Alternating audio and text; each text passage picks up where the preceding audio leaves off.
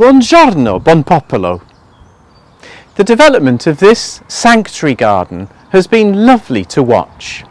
It's not finished yet, but it's taking shape, and much of the important groundwork has been completed, including installation of raised beds, gravel paths, and the first of 2 gabions for seating.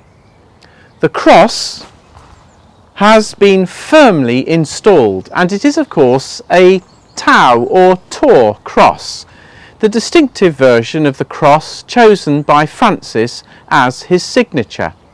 Tor or T is the last letter of the Hebrew alphabet, and just as the last letter of the Greek alphabet, omega, signifies the end of time, for example, I am the Alpha and the Omega, the beginning and the end, so in Francis's mind, the letter T represented the end of time, meaning that its perspective is eternity. Although the cross is a symbol of a historical event, it also lifts us out of time, away from our present concerns, to a perspective of the universe that is not bound by the forces of nature, and, above all, released from the bondage of sin and the death of the body. It's no coincidence, therefore, that the salvation story starts in the book of Genesis in a garden, when God planted the Garden of Eden, and the scriptures end with the revelation of St. John the Divine, describing the tree of life planted beside the river, whose leaves are for the healing of the nations. The Passion story itself is also framed by 2 gardens. The Garden of Gethsemane, where Jesus knelt and prayed on Maundy Thursday, often referred to as the agony, and then the Garden of the Resurrection on Easter morning, where the women first encountered the risen Christ. And in John's Gospel, in that version of the story, Mary Magdalene actually mistook him for the gardener. This means whenever we are in a garden, whether we bring our woes or our joys, we are in a place hallowed by the Creator of everything, and which represents God's power to transform nature itself. It is entirely fitting, therefore, that our Tau cross stands in the middle of our garden. The cross, of course, is often referred to as a tree and linked to the tree of life as an organic and dynamic symbol of the redemption.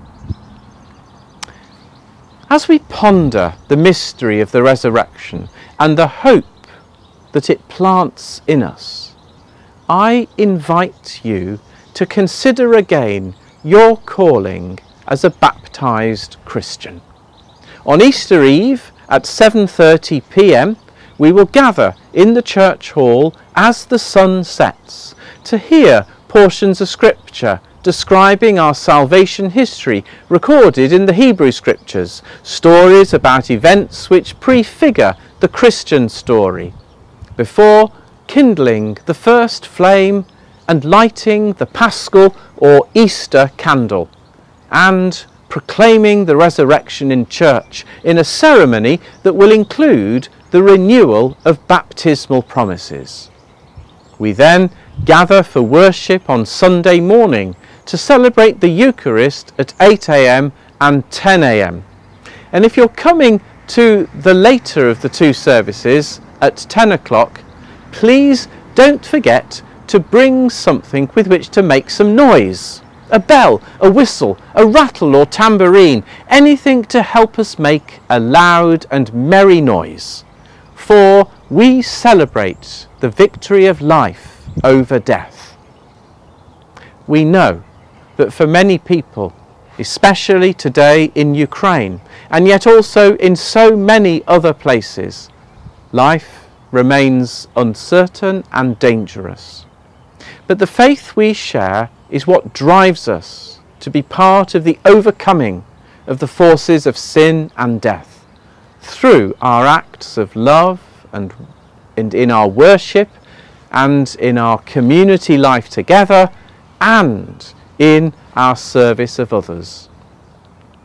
At our annual meeting next week, we will celebrate the many achievements and activities that have characterised our life together here at St Francis in the past year, as well as the contributions that so many people have managed to make in spite of the lockdown and the constraints of coronavirus. But in the meantime, I invite you to take your own interior journey of prayer and contemplation and consider what impact this faith has on your life, and how is your heart warmed by the knowledge of God's love for you. I know that the more we find ourselves able to undertake this way of thinking, the more God equips us and calls us to complete our lives in his service, as if, like a gardener, he was tending our souls, planting love, removing the things that entangle and constrain us, and enabling us to turn our faces to the Son again, even Jesus Christ, our risen Lord. Now the green blade riseth from the buried grain. Love is come again, like wheat that springeth green. Happy Easter.